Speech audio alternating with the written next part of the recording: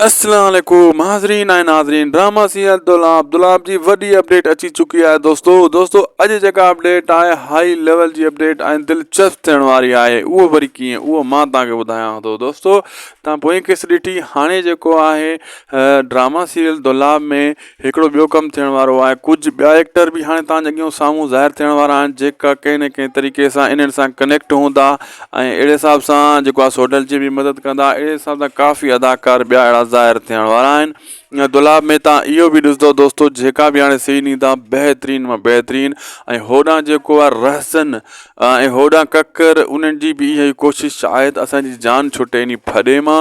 बहरहाल हुननि जी जान छुटे कान थी। शाहनवाज़ ख़ान हुननि खे सुख सां विहण कोन ईंदो। हेॾां मुराद खे बि शाहनवाज़ ख़ान सुख सां नथो विहण ॾिए। मंसूर ख़ान खे बि सुख सां नथो विहण ॾिए। मंसूर ख़ान जेको आहे पंहिंजी कामरेडी जेका शइ अथई उन पालिया हुया उन्हनि मां उहो थकिजी चुको आहे। हू हार मञी चुको आहे। हीअ सुतल क़ौम कॾहिं बि कान जाॻंदी। उन जो जेको इहा कोशिशि हुई उहा नाकाम थी वई। इहो त हाणे सम्झाइणी आहे तव्हां असांखे ड्रामे जे ज़रिए। बहरहाल हुन ज़बरदस्त किरदारु अदा कयो मंसूर ख़ान पंहिंजो। दोस्तों असांखे ॾींदा इजाज़त। असांजे हिन में यूट्यूब चैनल शाहिद खोस विला खे सब्सक्राइब लाइक शेयर ज़रूरु कंदा। मिलंदासीं नेक्स्ट वीडियो में। ख़ुशि हुजो आबाद हुजो खिलंदा मुस्कुराईंदा रहो। अल्लाह हाफ़िज़।